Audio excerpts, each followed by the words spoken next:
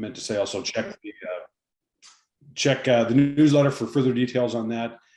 We had a board meeting last night, and he had some great ideas and some on how to do that. So without further ado, we have a great speaker tonight.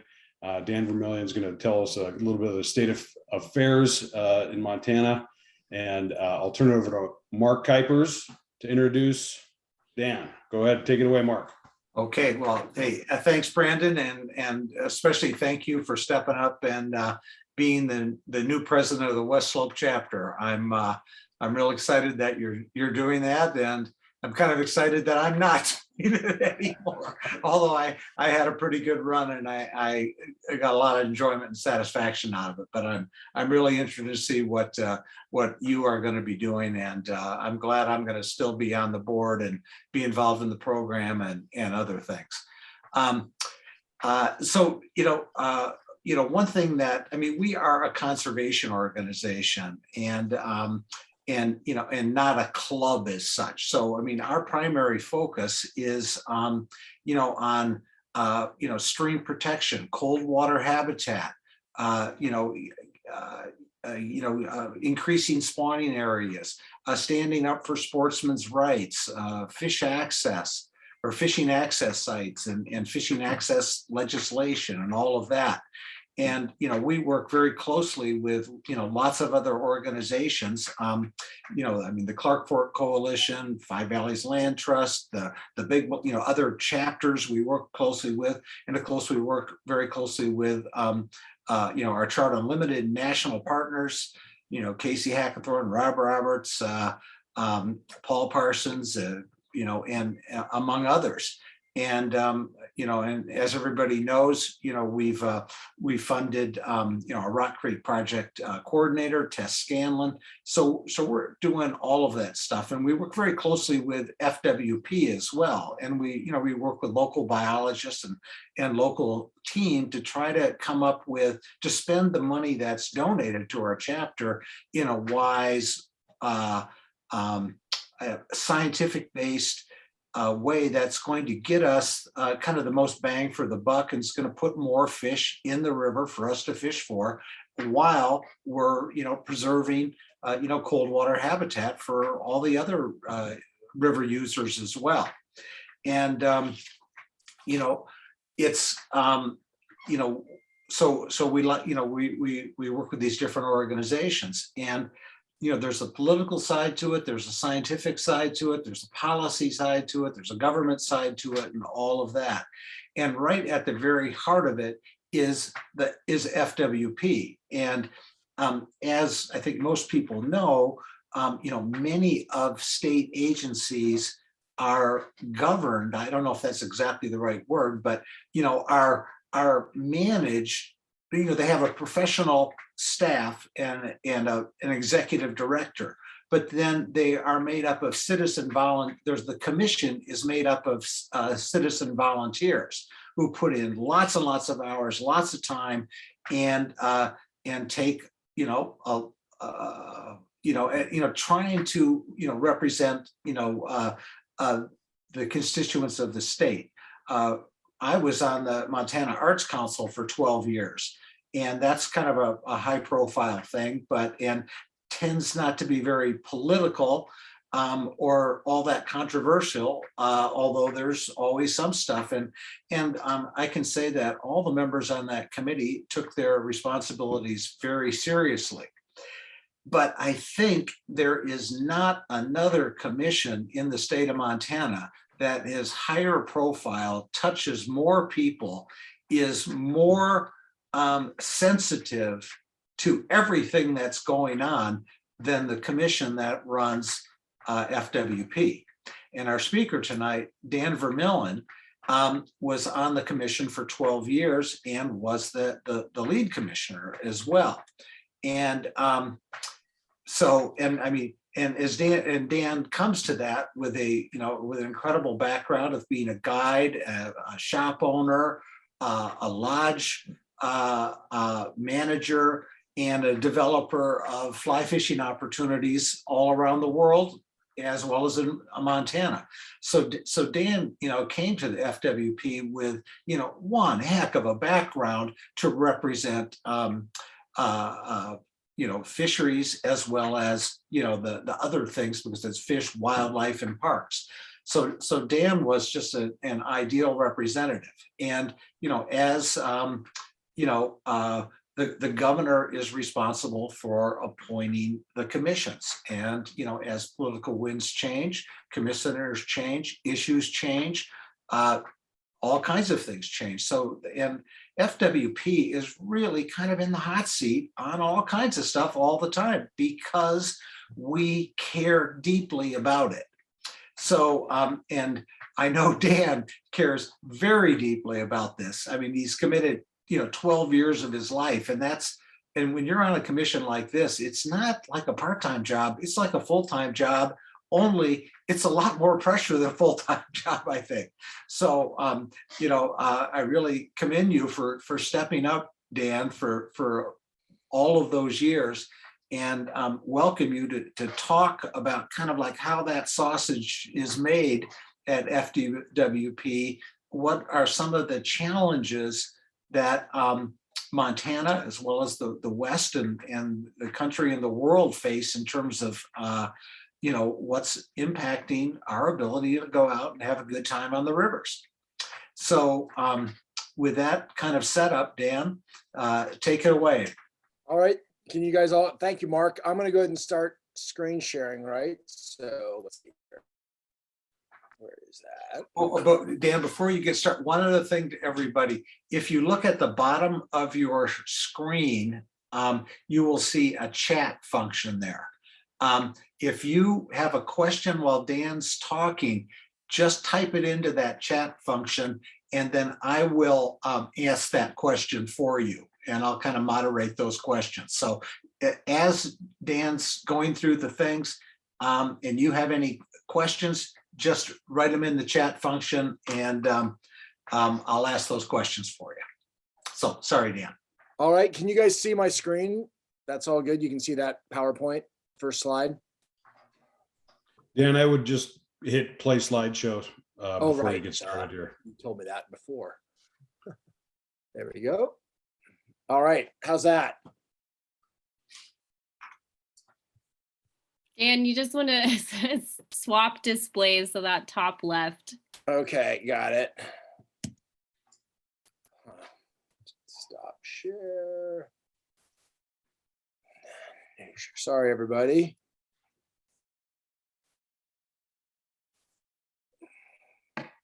Okay, how's that? And then How's hit, that? there you go. Okay. So, hey, thanks everybody. My name's Dan Vermillion. I really appreciate your taking time out of your busy evening. And, this has just been a busy time for everybody. And taking the time to be supportive of your local TU chapter.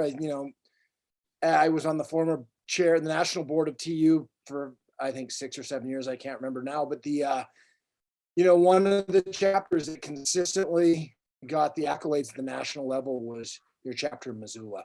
You guys are doing an exceptional job between your auctions and your conservation work and your activism work. And it's, conservation activism is about getting people interested in what you're doing. And I just want to commend all of you for doing that. So as I said, my name's Dan Vermillion. I grew up in Billings. Along with my two brothers, we own and operate a company called Sweetwater Travel. We're based in Livingston. We have lodges in Alaska, the Bahamas, British Columbia, Brazil, not French Polynesia anymore, Mongolia and Montana. We've been guiding since about 1985. And I guess I started guiding when I was 18. I'm now 54. So it's been a long career. And I know that several people on this Zoom meeting we've worked together over the years, and so it's good to know that everybody's still out there and still paying attention. And kind of more apropos and pertinent to what I'm going to talk about tonight is I was on the Fish and Game Commission, or the Fish and Wildlife Commission, was first appointed by Brian Schweitzer in 2007 and served through April of 2019, along with Gary Wolf from Missoula, and I think Bob Marine represented Missoula while I was there, and also Steve Doherty. So you know, the Missoula area and that part of southwestern Montana or western Montana has been blessed for a lot of years by really quality leadership and quality folks that have stepped up to help manage our fish and wildlife, which, as Mark said, is one of the more important things, I think, for all of us, and one of the biggest reasons that either we live in Montana, moved to Montana, or stayed in Montana. And you know, when you guys called me and asked me about how would you want to talk about, what would you want to talk about? And you know, the more I thought about it is, you know, we are in a time of great change in Montana. We're in a time of great change with our fish and wildlife resources, frankly, with our fish and wildlife resources around the world. And you know, whether the biggest specter out there, at least as I started thinking about how to go about talking about this, is climate change. And, you know, just whether it's just the drought we're in right now here in Montana, or more of a long-term change we're seeing, at least at a lot of our different places where we fish, which are mostly cold water fisheries, you know, it's really starting to affect how we operate. And when I was on the Fish and Game Commission, if you look at these fish and wildlife commissioners right now, and you look at the legislature, you can see a lot of the legislation, a lot of the proposals they're looking at, you know, inevitably or inadvertently are somewhat related to a lot of the changes that we're seeing on the landscape. So, you know, as we're all cold water fishermen mostly, and I can honestly tell you that, you know, those fisheries, it feels to me like they're under a fair bit of threat, whether it's from people or from climate. Maybe both, but there are some opportunities out there. And so I wanted to just kind of, some of this will seem a little bit dire, but there's opportunity and there's reason to be optimistic. So I wanted to make sure I put that out there. So as I mentioned, just kind of real quickly before I go into Montana specific, just some of the changes we're seeing nationwide. You know, we have a couple lodges up in Bristol Bay area, and, you know, we've been, you know, I guided up there from 1985 to, I don't know, 1990 or so. And, you know, the runs were pretty consistent. And, you know, at that time we were all worried greatly about the oceans, the catch of salmon out in the high oceans. And that's still a concern. But now, you know, we're seeing, like on the Nushagak River, where we operate pretty extensively, we're seeing sockeye runs that are blowing through every record that's imaginable, while chums, silvers, and the Chinooks are really struggling. And, you know, they're still trying to figure that out. But when you think about how that affects Alaska or those trout that live in Alaska, you know, those sockeyes are not, you know, they feed a lot of trout, but there's a lot of trout out there that are dependent on other types of chum, silver beds, not so much silver beds, but Chinook beds. And those are the places where you're going to start seeing, you know, the sockeyes don't always spawn in the same places. So hopefully those rainbows will move to where the fish go, but, you know, who knows? We also operate some lodges in British Columbia. You know, we have a camp that's north of Smithers by about, I don't know, 150 miles. So it's really far north. I can't tell you exactly what the latitude is. But last year in June, or whenever Seattle got so hot, we hit 116 degrees at our lodge. I mean, think about that. That is, you know, 2.5 hours north of Livingston by airplane, at least, maybe 3. And they hit 116 degrees in June. You know, typically up there, we've always been concerned about big rains coming in and creating floods. This was the glaciers, and they came in, and the glaciers started to just hemorrhage water, and it affected a ton of people. And not only did it affect a lot of businesses, but, you know, all those sockeye or all those steelhead that had spawned, you know, in March and April, those little fish didn't really have much of a chance because, you know, they're just not accustomed to that level of flow that quickly. Mongolia, you know, so we've been over there since 1995. It's the same latitude as Boston. We've seen rivers are now consistently running higher. Many of the banks where we used to go up and fish, and you could go drive your boat along the banks and look up on those cut banks, you would see the permafrost in the soil. You could see the ice layers in the soil, and those are all gone. And a lot of the places where you used to see cattle grazing are now kind of marshy swamps. And it's largely because the permafrost has disappeared. And, you know, that's happened in the course of 15 years. So it's something to be aware of. I'm going to move to Montana now. And, you know, last summer was a tough one. And I'm not telling you guys anything you don't know. I'm sure we all saw the pictures on the Big Hole and around Wise River where it hit, 30 CFS. The Yellowstone, it wasn't the earliest we've gone into hoot owl because, we're sort of blessed with that lake at the south end of the drainage. But we were at hoot owl as of July 21st last year. So, it's tough and it was hot. And, whether you're a guide, whether you just like to fish or whether you're a rancher, last summer was not a summer, or a forester was not a summer that you'd want to repeat anytime soon. So if you look at how some of the implications and sort of how things are, I know that last month you guys had a presentation from Travis Horton regarding the virus or the mold or whatever what you would call it that is affecting the trout on the Big Hole, where they are getting that kind of skeletal, that's their skull looks like it went through a cheese grater, I guess, as somebody was saying before. So this is, if you ask Travis, I'm sure he said this, if you ask the guides or just the fishermen, that's a lot of the reason they have this fungus now is not because they're not as tough as they used to, but because they're under a lot of stress. They're all compressed into tight spots. The water's warmer than it used to be and is much more conducive to the sort of disease and sort of infections that affects the long-term survivability of our trout populations. You'll remember like in 2017, I believe it was, or 16, when the Yellowstone had the whitefish kill and we were losing about 10,000 fish a mile up in Paradise Valley. That was based on estimates, but they were just, I will never forget going to a press conference with Steve Bullock and sitting at the Mallards Rest there south of Livingston, and it was like August 20th. There wasn't a boat on the river and all you could smell was dead fish floating down the river. And we were lucky, we thought at the time that it was only affecting the whitefish.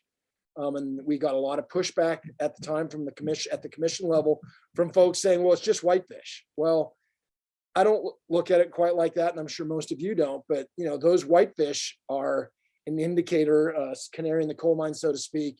And subsequent to that die-off, you've seen Yellowstone brown trout population south of Livingston drop from, and these are adult brown trout, not just the little guys, but the adult ones over 12 inches, drop from about 700 trout per mile down to about 200.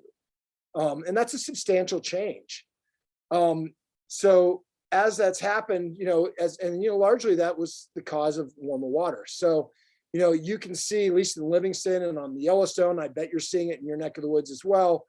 We are now catching smallmouth bass on the Yellowstone between Big Timber and Livingston, several times a week with our guests.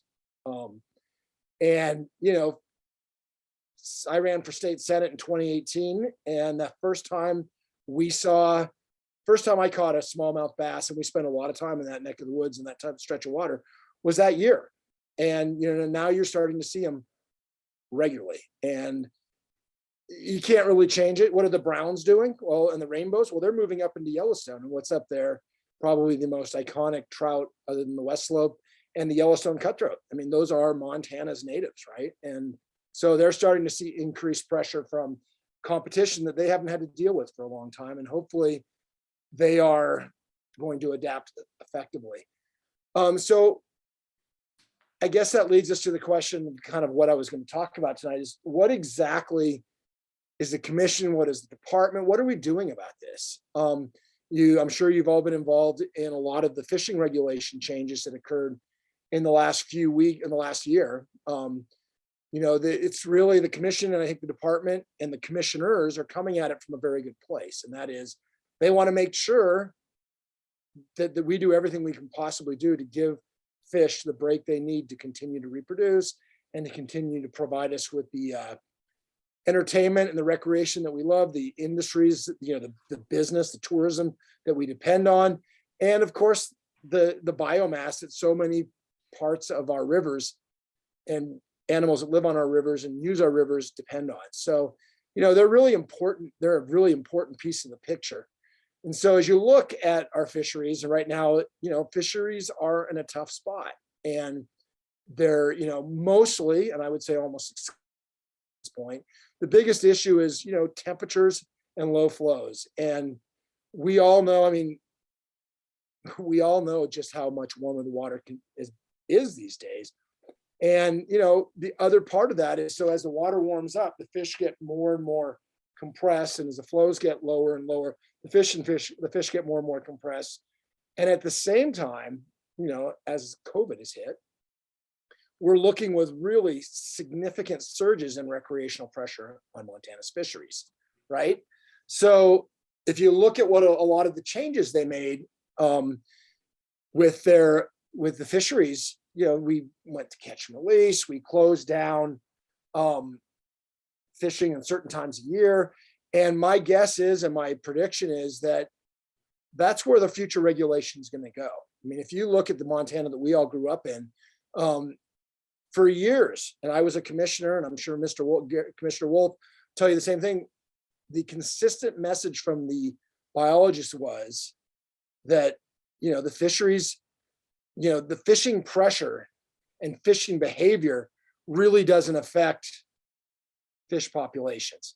So when I was on the commission with Mr. Wolf, we spent time trying to get barbless hooks passed. I introduced a bunch of catch and release regulations and different types of regulations on the Yellowstone, thinking, and I think incorrectly thinking, that it was really fishing pressure that was kind of affecting our ability to provide consistent fishing for the public. But, you know, and so as a result, that's where the commission and the department has gone to regulate. Where do we regulate right now? If you look at a lot of the changes, it's basically the one group of people that we can regulate, and it's the one group of people that make a living off of public resource, the guides and the outfitters. I have no problem with that. Problem, at least from my perspective, is that if you look at the most recent studies on the Yellowstone, so on the Yellowstone, in the upper Yellowstone, we've got a new a group called Montana Wildlands or something to that effect. And they have been really trying to figure out, how do we avoid the recreational challenges that we're seeing on the Madison on the Yellowstone? And so they've done very intensive stream surveys where they've got stream cameras up, I think about every mile or so.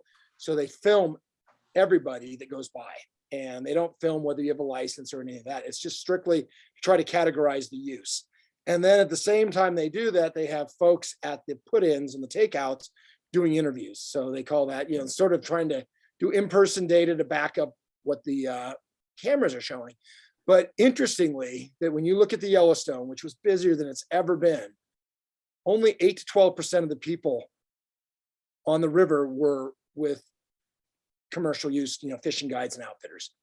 And only 20% of the people on the river were fishing. And, you know, honestly, if I look at anecdotally what I see on the Yellowstone, I'm sure you see this on the Bitterroot of the Clark Fork, in the summer in particular, you're seeing more and more people just out floating on the river, using the water as a relief, as recreation, whether they're on paddle boards, rafts. But there's less, you know, if you look at the percentage of people on the river that are fishing, at least around here, those numbers are going down, but use is going way up. So when you look at how they're starting to regulate anglers, I would put forward that I think there's some serious question as to whether they are addressing the primary cause and the things we need to really be thinking about as a state if we want to preserve and enhance our cold water fisheries going forward. At the same time, you know, I don't think anybody who's been watching the legislature in 2021 was super impressed with their dedication to fish and wildlife management. It was one of the more political sessions that I've seen in 20 years, of where the legislature was loaded for bear. They'd been upset that, you know, they'd had 16 years or so, or 12 years of Democratic vetoes of their more aggressive proposals, and they were going to make sure those proposals got passed, and they did. One of the ones that I think that everybody in the public comment is open for right now, and I think it's one of the bigger issues we face. And if you think about what I've been talking about, is mostly like the factors that I think are affecting our fisheries. It's climate and it's population. And we're, you know, so right now, what are we doing? Water's scarce. And the legislature last year, with Senate Bill 358, moved forward to basically change our water quality standards in Montana from a numeric, concrete, empirical data point to a narrative. So you write about, and it's kind of like, I think it's basically an adaptive management approach to water. I think that if you were going to be a conspiracy theorist or take more of a skeptical view of this effort, you would suggest that as water gets scarce, harder and harder to maintain quality water in our drainages. How do you fix that if you're an industry, a municipality, or a different user group that really relies on that water for a consumptive use? Well, you change the water quality standards, because that allows you more latitude on how to operate on our public water, on our cold water fisheries. And it's really something that, be looking at. They were supposed to come up with a plan for this type of management by March 1st. They didn't. They came up with a quote unquote framework, and that the framework will be ready on March 1st. And then the second rule will be available on September 1st. Now, largely the reason this has been delayed, as I understand it, based on the articles I've read, is that, you've have a working group that's kind of been set up standards. And I think they're struggling. It sounds like they're struggling pretty heavily. And the one thing that I would take solace in, and this is a consistent theme that you'll see later in wildlife, is that if Montana cannot live up to the standards of the Clean Water Act, there's something much like the Endangered Species Act with the Clean Water Act that provides a low bar, but it says, hey, you cannot degrade your water quality below this point. And if Montana, we all as Montanans, we want to manage our own resources, our own water. But the one thing about water is it flows downriver. So that's why the federal government's involved there. And, if we get too far afield, don't be surprised if suddenly we lose a lot of our jurisdiction and a lot of our ability to manage our own water resources, because we're not doing a very good, if this bill doesn't do a good job of coming up with an adequate narrative that protects water quality, my guess is it's just going to continue to degrade. If climate change gets worse and water quality starts to drop and water supply starts to drop, it's going to become a problem. And I think Dan, yes. So the proponents or the sponsors of Senate Bill 358, I mean, what is their public stance on the benefit of this to the population? Well, to the citizens of Montana. Yeah, no, when I ran against John Esp, so John Esp from Big Timber is the man that introduced that bill. I've known him a long time. He's a really good person and he's a good man, and a good Montanan, but he comes from a very agricultural industrial background. He's got Stillwater mine in his backyard, and Sweetgrass County is one of the bigger agricultural county as you'll see in this part of the state. It's kind of right where the Livingston Bozeman recreational economy meets the ranching economy.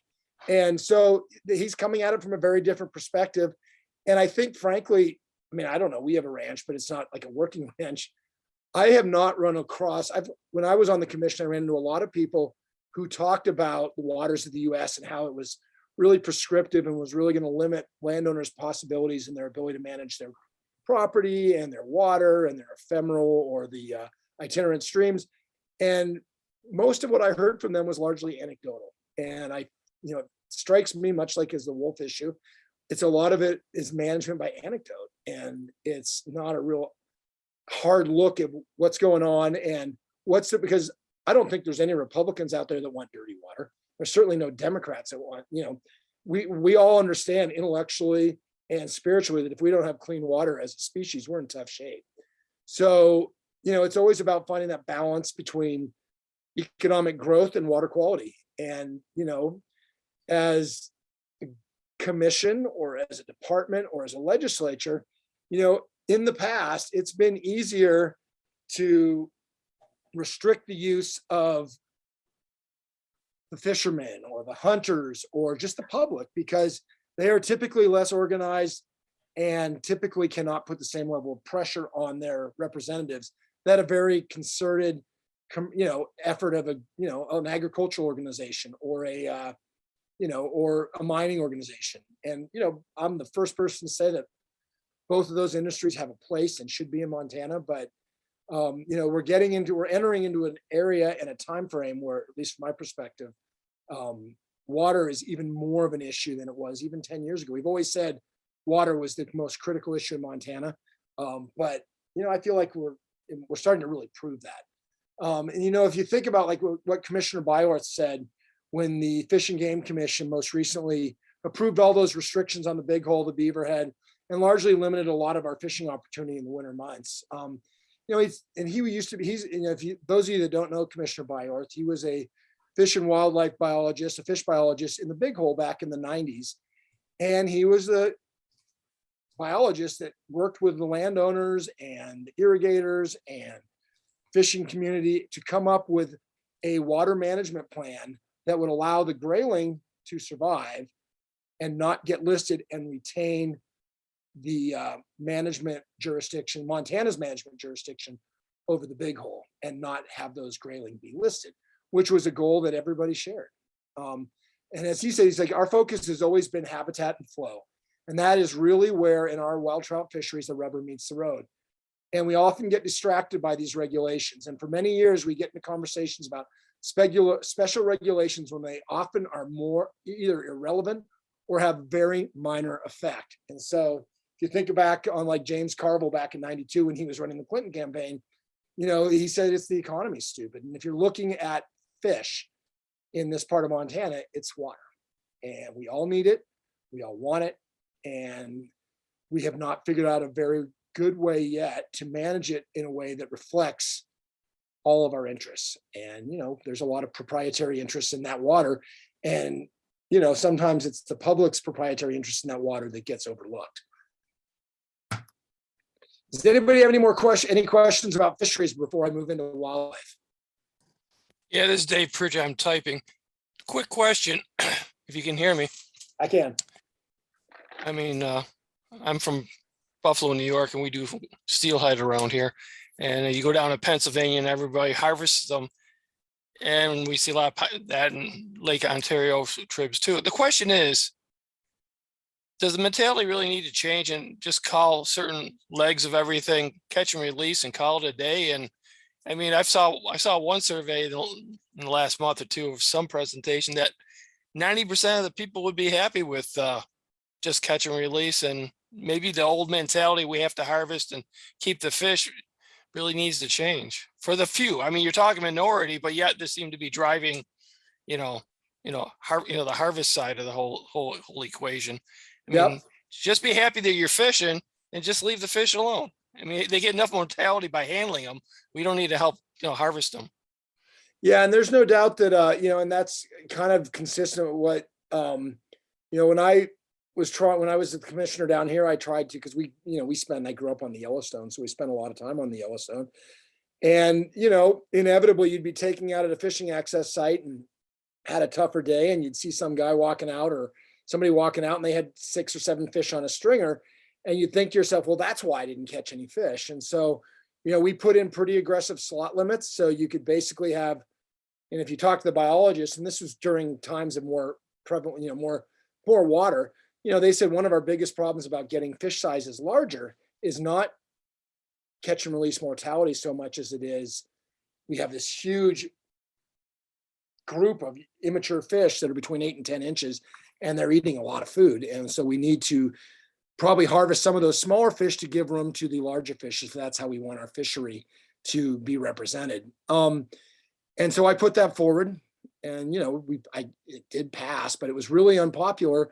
And it was really unpopular with the biologists. And the biologists kept showing me science that said, and I was wrong on this, that showed they'd done creel samples. And like in Springdale, which is right between Big Timber and Livingston, gets a lot of use.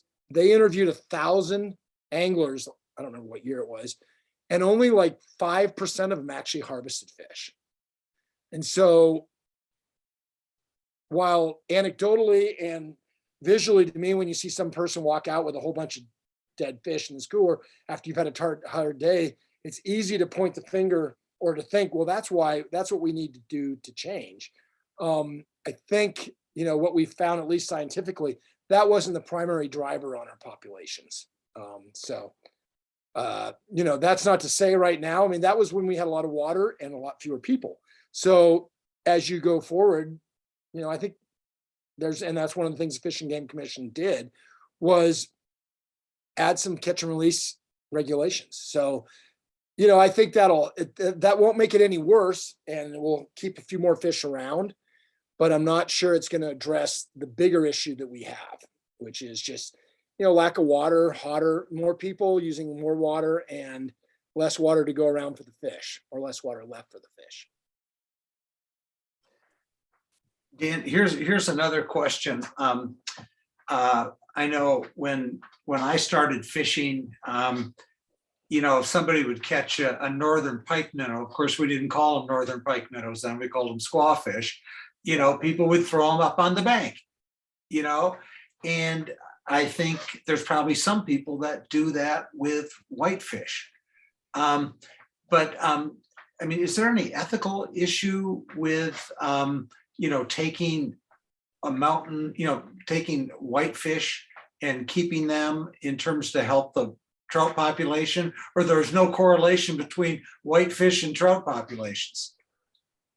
You know, I think what I would tell you is that, you know, the way I've looked at whitefish for a lot of times, and it probably started because I was a guide who couldn't catch trout. You know, having whitefish around made my job a lot easier. And I would say that, you know, when we were kids, we threw whitefish on the banks because they looked like suckers. And I'm not sure why we thought suckers were bad, since they were native too, at least, but we did. And so that's what we did. And, you know, I think there's a much better awareness now and I think that was reflected in how FWP reacted to the fish kill on the Yellowstone in 2017. We understand, I think, that whitefish are kind of a really important piece of the puzzle. They've been here a long time, and their demise will tell us, if they do have a demise, will tell us a lot about our water quality, and will be a great way. And it's just another data point. And unfortunately, you know, the FWP, at least around here, stopped surveying whitefish populations in like 1992. So in 2017, when the fish kill happened, we didn't really have any data to accurately assess what was happening with the whitefish population. And all we were seeing was a bunch of dead fish. We didn't know if it was 10% of the population, 50%, 75%. So, you know, now they've started to sample whitefish. So I think, you know, ethically speaking, it's a shame to waste any resource. Whitefish, you know, if you catch a whitefish, be thankful. And they feed a lot of trout. I mean, when the whitefish move up into the upper Paradise Valley in October, I mean, you will see schools of fish that are truly like salmon. I mean, when it's low in particular. Doesn't make trout fishing great, but that's a lot of biomass pumping out a lot of eggs, and there's a lot of trout food being produced. So I think they're pretty critical to the overall health of our fisheries. And I think that over time, people have really changed their perspective on it. At least I hope they have. Well, so this interesting that you brought up that, you know, they quit doing the numerical counting and scientific counting of whitefish. It's just exactly the same situation it's going to be with this Senate Bill 358, isn't it? You're going to lose the numbers, and then you're not going to know what the hell's going on. Well, and that's really, I mean, as I was kind of putting all this together today, there's a consistent theme, and it is more people and government's struggling, and we're, you know, it's really, it's tough right now as to, I mean, even science on things like COVID and what have you, and science is kind of having a harder time right now getting to be the standard upon which everybody relies when they make resource management decisions. And, you know, it's really apparent in the wildlife arena. It's less apparent in the trout arena. But I think that the themes are the same. The political calculations are very similar. You know, so yeah, I guess, I mean, to me, the data is key. And if you don't have a baseline, you don't know what's going on. And with these nutrient standards, it's exactly the same thing. You are correct, I think. Does the commission have any drones or thermal imaging to do any surveying of the waters, or is everything by boot? You know, that's a good question. When I was on the commission, and I'm sure you guys all still see them, it was the old-fashioned electroshocking. Our fish study that we did over in Mongolia on Timon, drones but those are much bigger fish. So drones really made a huge difference in their ability to count fish numbers. Because you could go over a run and with a drone and go slowly and you could spot every single fish. Now the Mongolians are starting to use it as a way to find fish and use it to go target them. And that's called putting technology to work. In Montana, we passed rules against sportsmen doing that. But yeah, no, they are, and I don't know what they're doing at the department, but they're pretty creative in ways to do more surveys with less money. And I would think drones would be a good way to do that. Vermont's moving that way for water temperature. What's that?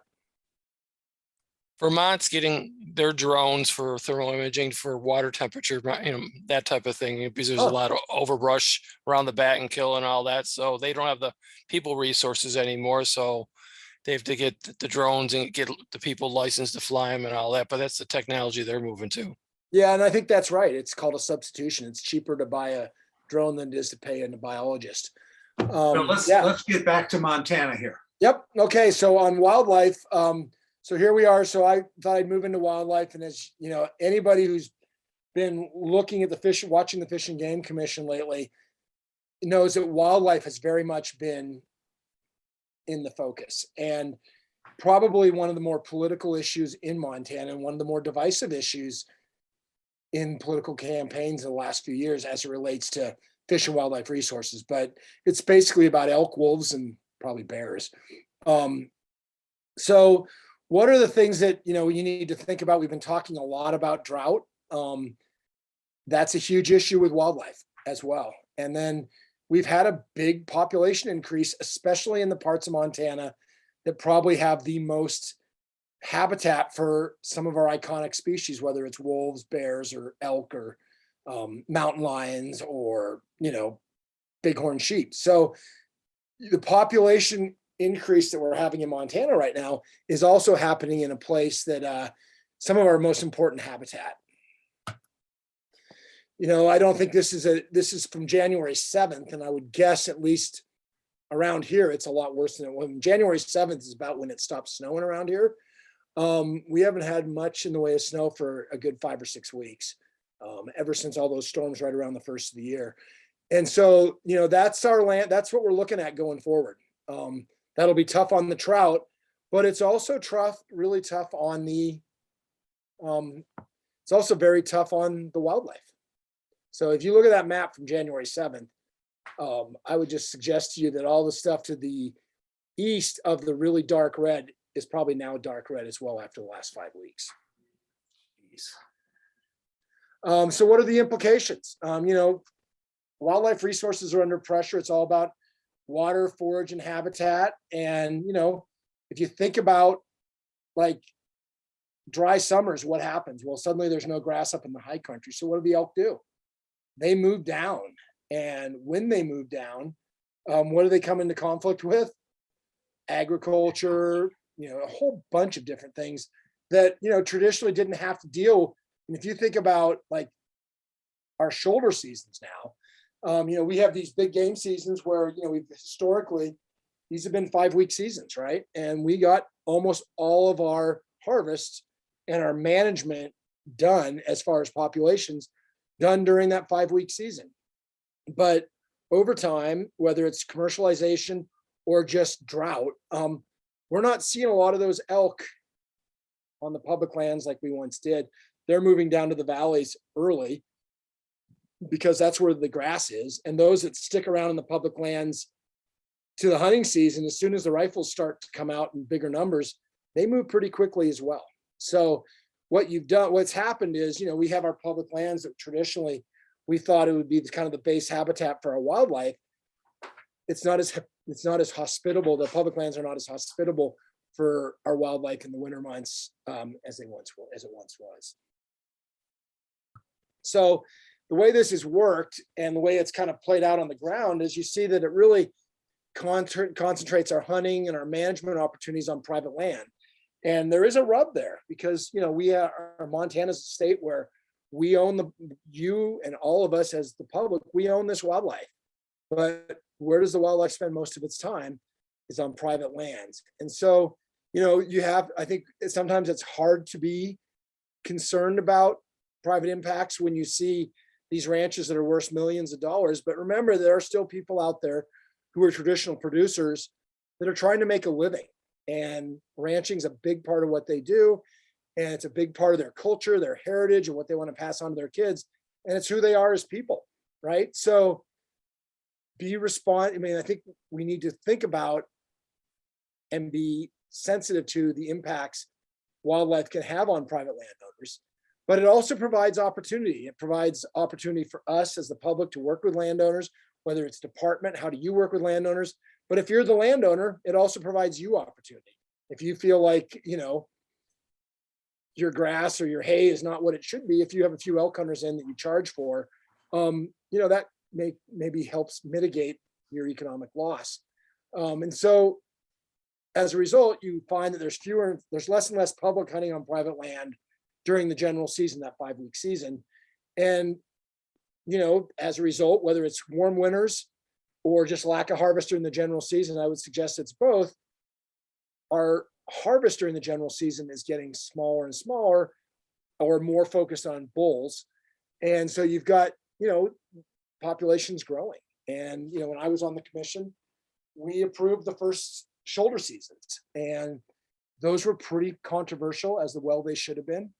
We're now hunting elk from August 15th until about February 15th. So I think that's 6 months of the year.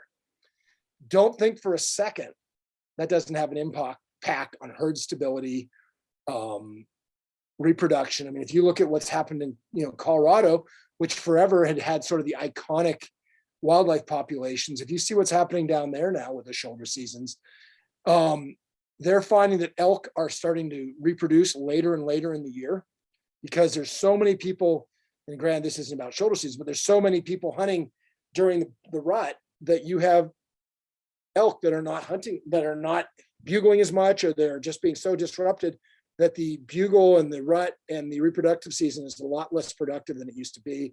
And so they're having population issues in certain places. So my only point is there that, shoulder seasons can be a bit of a Band-Aid, but if they go on too long or they're too aggressive, you can only shoot so many elk before the elk start to suffer. And so as the public, I think it's really important to make sure you're at the table to ensure that the elk get a little space as well.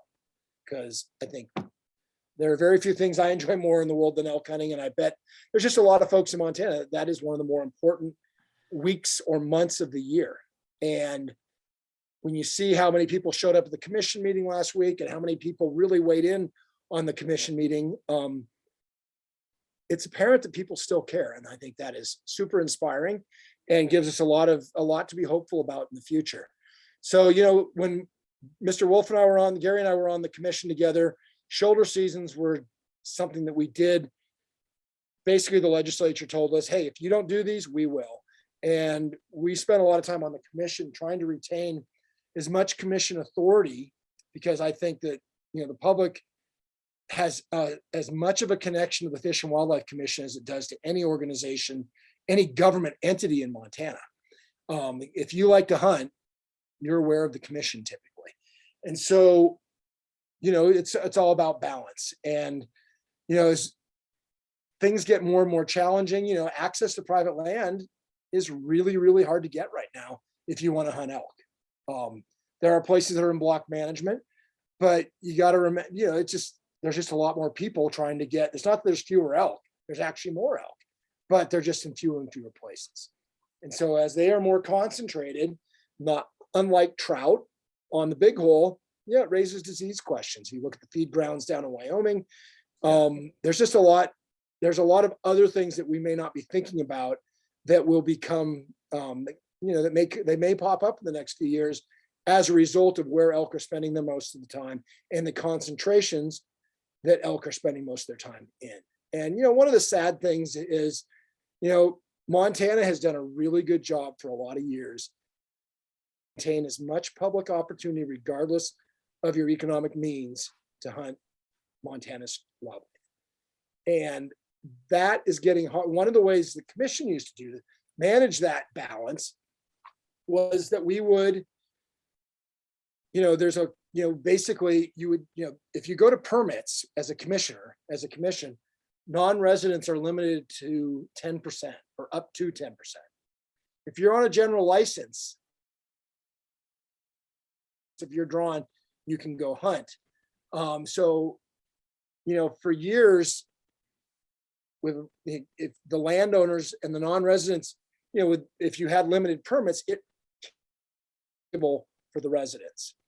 When you go to general licenses, while it provides a lot more opportunity for a lot more people, it also creates a commercialization of that opportunity and raises the specter of, some folks just not being able to hunt where the elk are.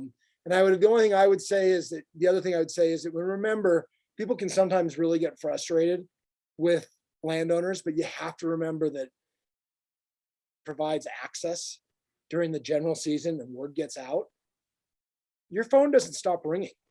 And, some people don't call at the right time of day. It's just a lot of work. And it's, it used to be a 5 weeks. Now it's starting in August and going through February. So for a lot of landowners, it's just more hassle than they want to deal with. And it's really hard to blame them. So, last week there was one of the bigger, the season setting, the way the Fish and Wildlife Commission sets its seasons is every 2 years. So 2022 is a year where we're going to set the seasons for 22 and 23. And the commission came out with some very aggressive proposals in December that were proposals that had been out there for a long time, but that had not gotten much headway with the former commission. They passed all of those, some of the most egregious measures as tentatives. And, they'll tell you that we did that because we wanted to see what people thought. Fair enough. People told them what they thought. And what they thought was, no, thank you.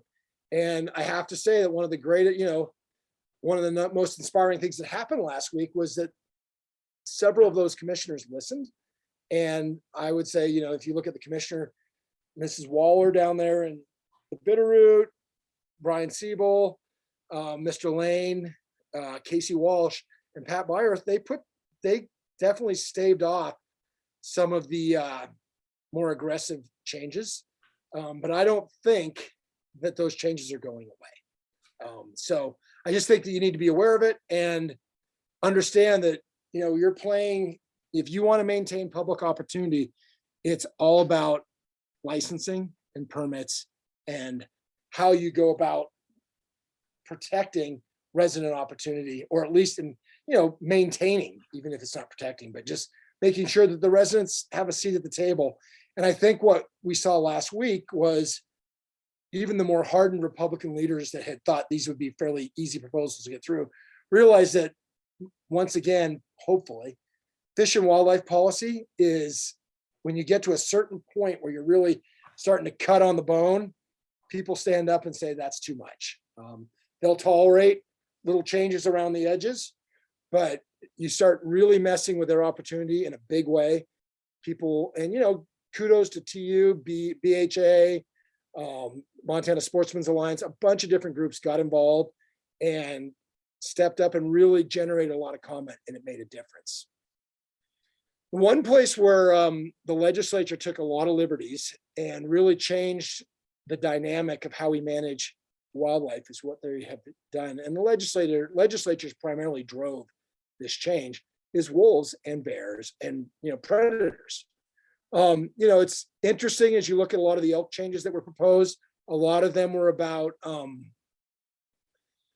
preserving, what's the right word? I guess basically limiting populations. And so their thought was, well, if you want to limit populations, what do? You harvest cow elk. Well, with the predators, what did they say? Well, if you look at these rules, night harvest with night vision goggles and bait on private land, snaring, wolf limits are now 10, and the quotas along the parks, Yellowstone and Glacier, have been removed. Now, that means that 19 wolves have been harvested in hunting district 313, which is basically the Garden Basin this season. Prior to that point, I think the previous high was 2 or 3 wolves in a particular hunting season. So the public's pushed back.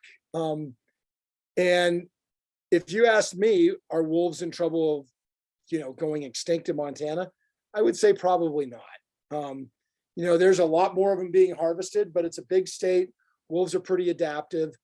Night harvest with with bait on private land, that could really do some damage.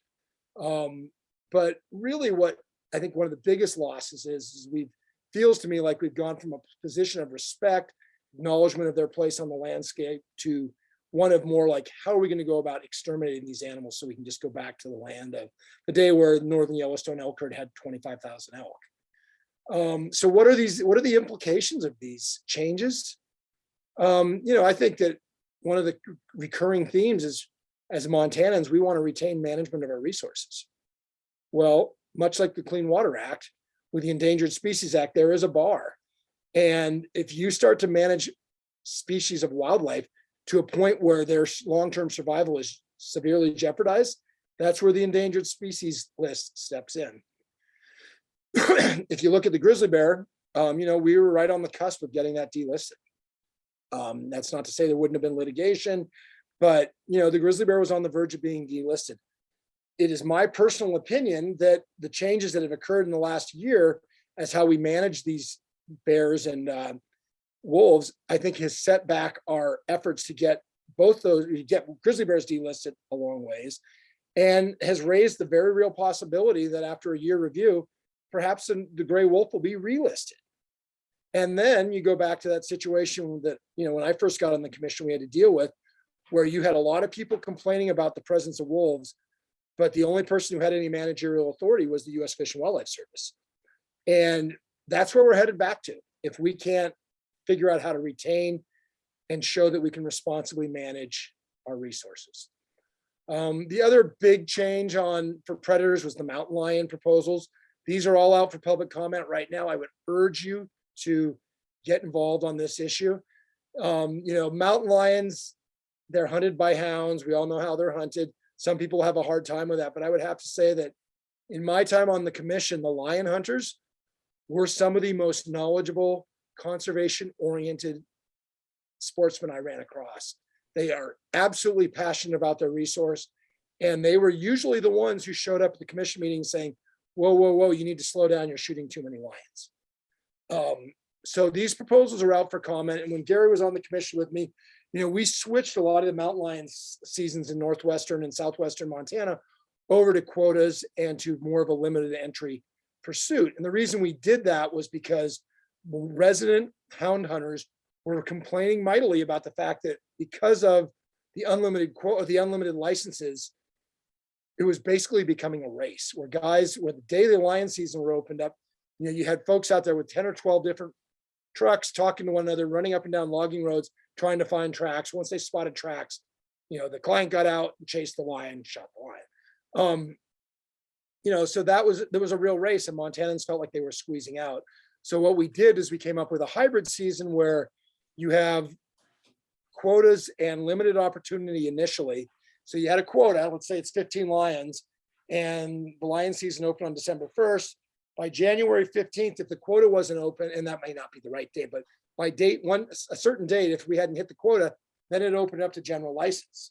But you gave the people who applied for the permit the opportunity to have a quality hunt over a longer period of time before it became a race. The public comments out there right now, where they would be, it looks like, at least the way I understand it, they'd be going back more to put the unlimited race at the front end, or something to that effect. But I would encourage everybody to take a look at it. And if you care about mountain lions and the role they play in the landscape, I would urge you to send in some public comments. Hey, Dan, so, in relation to mountain lions or trout regulations or elk or any of that, when you want to communicate with the commission as a private citizen, do you write to all of them? Do you write to FWP? And do you have any any tips on how to, does it make any difference what you say, or is it just if you write a 1-sentence letter is as good as a 2-page letter? Or a Oh, I think two-paragraph what letter? I would tell you is that two of the more effective folks that and they were really, I mean, they're still active, but there's a guy named Rod Bolas out of Lincoln, another guy named Mark Cook that runs a group called Wolves of the Rockies down the Bitterroot. And they were both fairly strong advocates for positions that the commission didn't feel comfortable taking. So on a lot of occasions, they didn't really, despite a lot of work and a lot of organizing, they didn't necessarily get the answer they wanted. But what those two guys were really good at is staying involved, never losing their cool, being at the table and developing personal friendships or relationships with commissioners, not so much like we were all hanging out and going hunting together, but when they called, you'd listen to what they had to say. And if somebody calls me up or writes me a really terse letter as a commissioner, it's harder to, it's just, you get so many of those. It's a lot harder to, you get a lot more, what's catch more bees with honey. I don't know what the saying is, but you do a lot better. You can, if coming in nicely and trying to be civil, understanding that even though these commissioners may come at it from a different perspective, the reason they're on the commission as volunteers is because they really care about the resource. They love to hunt and fish, and they really are passionate about it. They may reach different conclusions than us, but I think there is a common foundational respect for the presence of fish and wildlife on the landscape and just how special Montana is. And I think that's some common ground that you can work with. And I would encourage all of us. And I have not always done that really well, because sometimes I get a little bit too upset.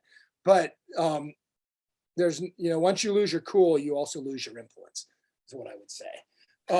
Are there any magic words to say? I mean, is there a particular approach to take, or just speak from the I would heart? say it depends on the issue, but I think that every Montana commissioner is super sensitive to resident sportsman opportunity and ensuring, one of Montana's hallmarks has always been that whether you're a doctor, a lawyer, a banker, or, a teacher, you all had relatively equally good opportunities to go out and hunt and fish.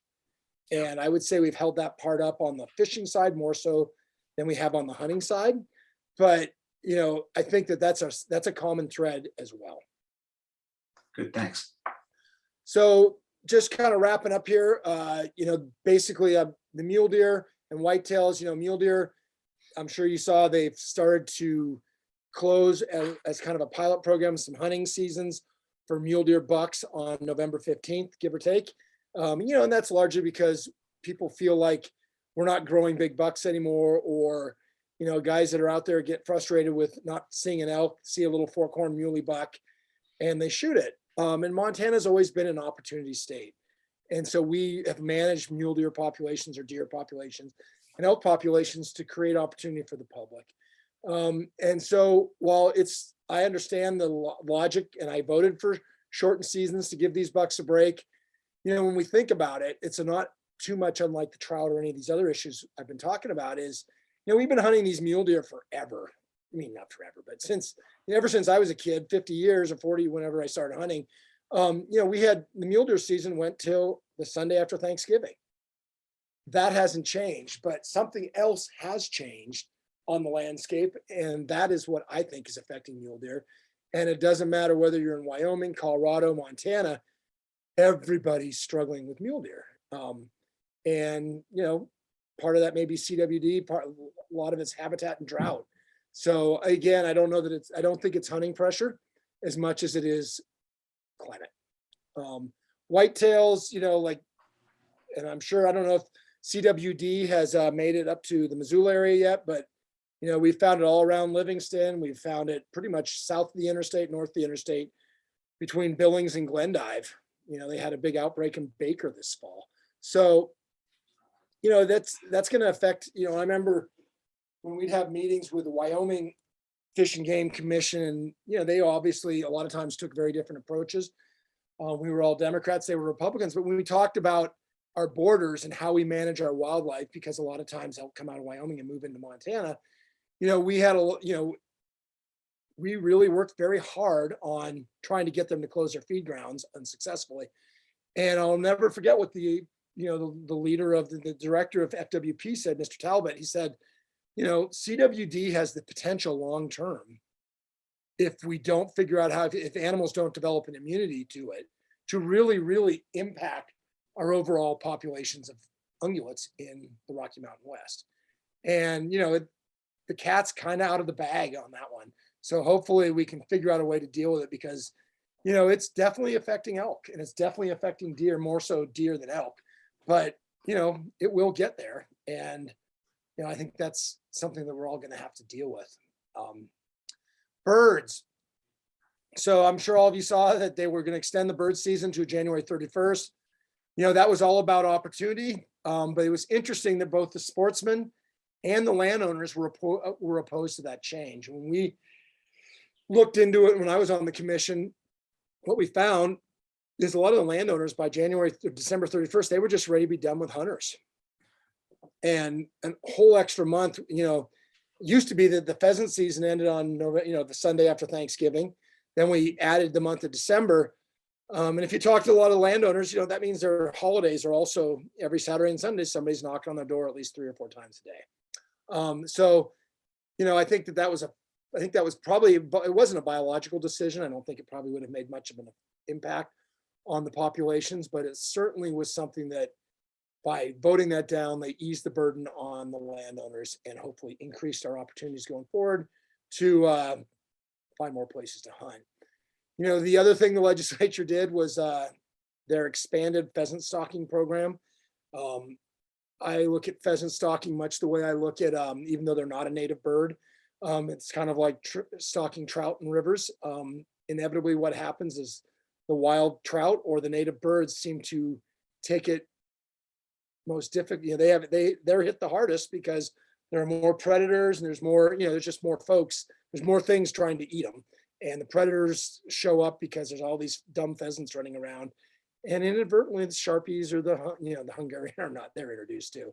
But, so I hope that's kind of what I would say there. I just think that if there's good habitat and water, our bird populations will be just fine. So where do we go from here? I think, as I talked about, I guess the economic, just kind of everybody to think about is, the economic implications or potential consequences of where we're at right now. Just fishing alone, and this is an older statistic, but it's worth about $300 million a year in tourism to Montana. In 2021, like a lot of our rivers, like the Yellowstone, we had restrictions in hoot owl by the middle of July. And, once the smoke started, it was pretty unpleasant out there. And this year I could sell thousands. I could sell as many trips as I want in July. Selling trips in August is harder right now. And that's largely because, you rely on a certain amount of return bookings every year to kind of start with a base. This year, a lot of those folks, last year was so smoky, so hot, so dry, had to get up at 6 a.m. to go fishing on my vacation every day. So that will affect our tourism industry. Now, there are plenty of folks out there, I'm sure, who think, well, that's great. That means the rivers will be less crowded. Well, just remember that statistic I gave you earlier, which was that about only 12% of the use on the Yellowstone on a busy day in July was commercial. And then the other part is, potential relisting of the different species. And if that happens, we lose management control. Operating gets more expensive if you're a rancher. Municipalities it gets more expensive to do what they do. So it will have implications on our state's economy. Last week, and I think Mark asked this question, but I was really worried about the commission part of last week's meeting, and I still am a little concerned about their direction, but there's room to work there. I would just urge everybody to be civil, courteous, informed, get involved in the process, and try to talk about the issues which inevitably are becoming partisan. Try to talk about them in a nonpartisan manner. Come at them from a Montana perspective, as a Montana resident who lives here because he or she wants opportunity to hunt and fish, across the state. Focus on the science and really focus on, if you look at what happened last week on the commission, it was because Montana hunters said no. And I think there's a lot of folks that are in the legislature, and certainly the governor, who said, wow, that's a big part of my base. We better listen. I would be really careful not to rest on our laurels, though, because I think there are elements within the commission that are going to push a lot of, and the legislature, that are going to try to continue to push these changes.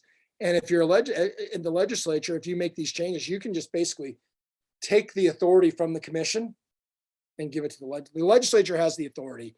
And the commission operates in the realm or the void where the legislature has decided not to tread yet.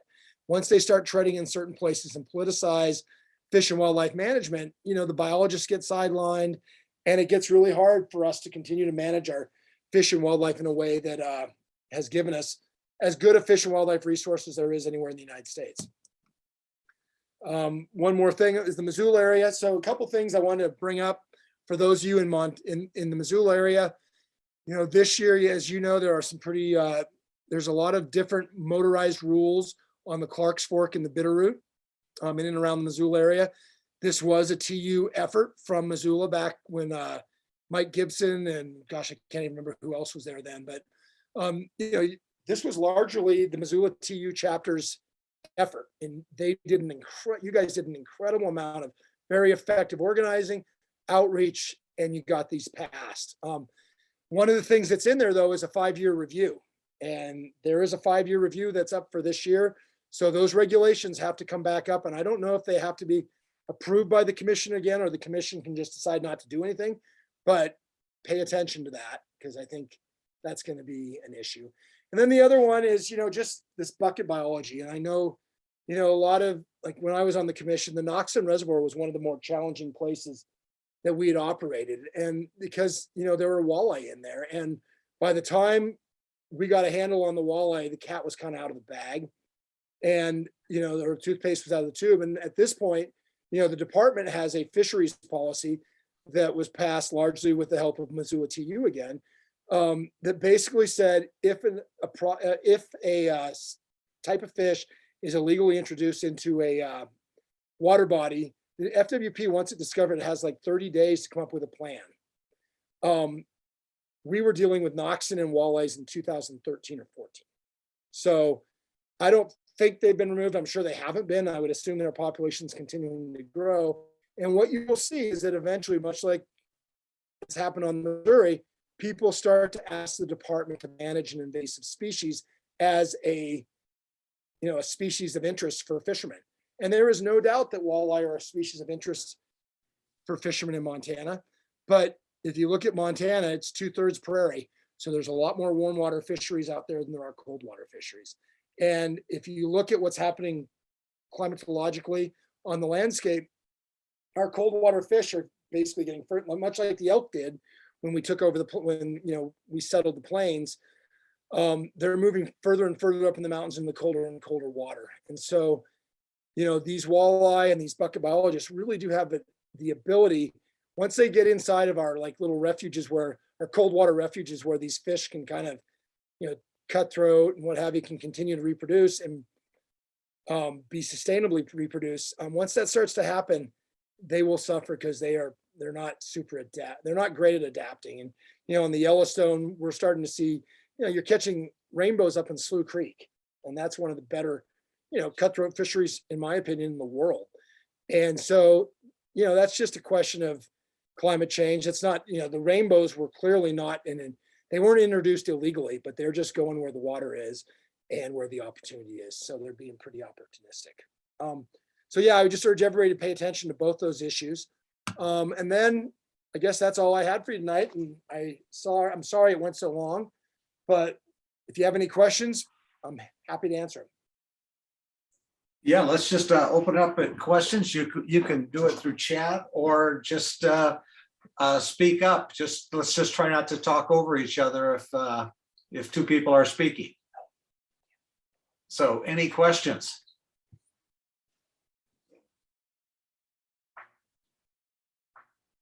Well, I have a question. At the beginning, you said you were going to be telling us about all this bad stuff, but there's reason for optimism.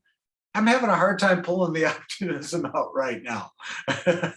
Well, I am too, but I'm really trying. And I think it's really important. And, there are days when you see some of the things that are being passed or happening that are pretty disheartening. And all I can say is that last week on Friday, I saw that the commission process still works. That's not to say there's not plenty of pitfalls ahead, but I do believe, granted, we're going to lose Pat Byorth. His term ends in January of 23. So, that's going to be another, that we're going to lose a vote. The sportsmen are going to lose a vote most likely, but you don't know that because Pat is from Bozeman. Bozeman's one of the more, there's a lot of free market Republicans and Democrats in the Bozeman area that have moved here, and they care deeply about their resources. And they moved here because they like to hunt and fish.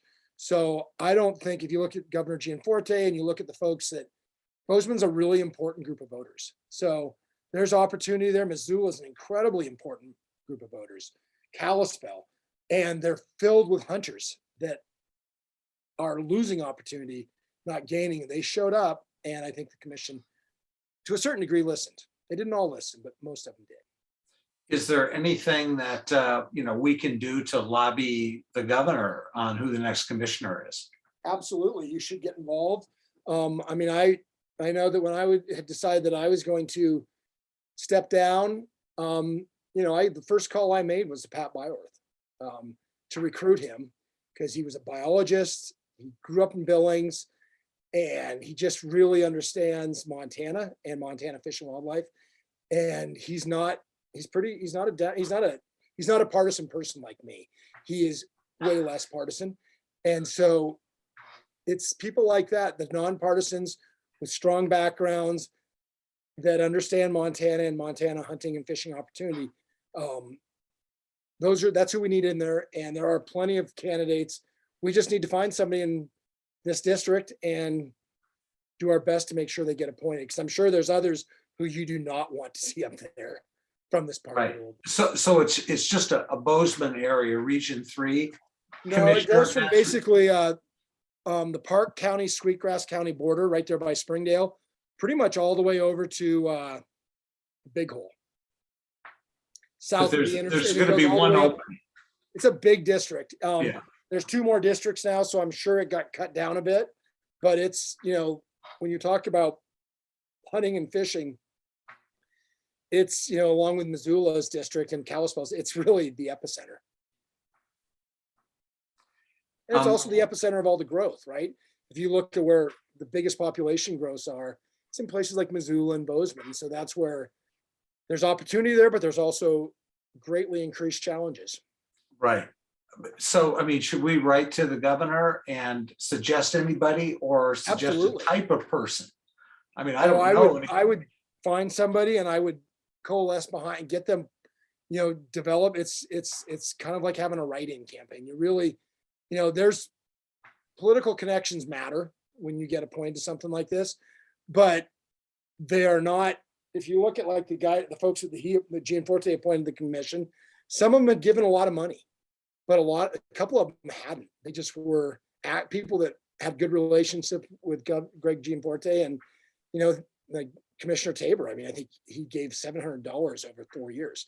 That's not the kind of money that moves the dial, but It is but his relationship, his involvement, put him in a position where he got that appointment. And he had people really backing him in the outfitting in the predator hunting community. So, we have as many people as they do, if not more. And it's just about finding somebody and really pushing hard. Well, if you have anybody that you would suggest, let me know, and we'll get the word out to our chapter. And yeah, we will. I think Pat, there's a lot of people thinking about it, and hopefully we'll have a voice. Friday made me feel like we do. Last Friday, the legislative session made me feel like we don't. So again, that's why the Fish and Wildlife Commission is so important, is because they are on the front lines of public comment. They, you can't hide. Legislators go home and they've got 2 years off, not off, but the focus on them disappears when the legislature is not in session. It doesn't disappear, but it definitely drops off. If you look at commissioners, every single month, just about, they have an issue that makes it into the paper that they have to deal with. You know, what's the best way to get this is a question from somebody, you know, I mean, we kind of know what's going on in the Missoula area. And, you know, we, you know, because we're fishermen that travel and hunters that travel around, you know, and we pay attention to things. But what's a good way to know what's happening in terms of, you know, the resource on the Big Hole, the Madison, the Yellowstone? How do we kind of, where do we go to keep up with these kinds of things? You know, that's a good question. I think I would say Trout Unlimited does about as good a job as any organization of keeping its members informed and staying engaged. You know, on the wildlife side, BHA is doing a lot of work. Yeah. When you've got the predator stuff, you know, groups like GYC or you know, that was one of the things that when you have on the wolf and the bear issues, the Greater Yellowstone Coalition usually came across to me as more moderate. I found that they had a more influential voice than, you know, 500 letters from Washington, DC or New York or wherever else when it came to those sort of issues. So that's what I'd say to that. Well, good. Any other questions? Well, hey, Dan, I want to thank you personally and as, you know, on behalf of the chapter for spending this time with us and thinking all this through and, you know, kind of laying out what the issues are. I wish we had happier news sometimes, but, you know, at least it seems like we have some really clear things to fight for. So, yeah, and we just need to stay. I would really appreciate you guys having the interest in this topic, and I hope it didn't antagonize anybody, and hopefully that you know, you guys found something that you can work with. But it's, you know, there's opportunity there. You guys have one of the greatest journalists, environmental journalists in the state, Laura Lundquist up there in Missoula. You know, she does a really good job of keeping people informed. And so you know, there's a lot of pieces to work with, and we need to figure out how to make sure that those voices are heard. There's journalists covering these issues, and there's organizations like TU or BHA or MSA that engaged in keeping their members engaged. Because really and truly, at the commission level and at the legislative level, it's all about showing up. And those that show up tend to succeed.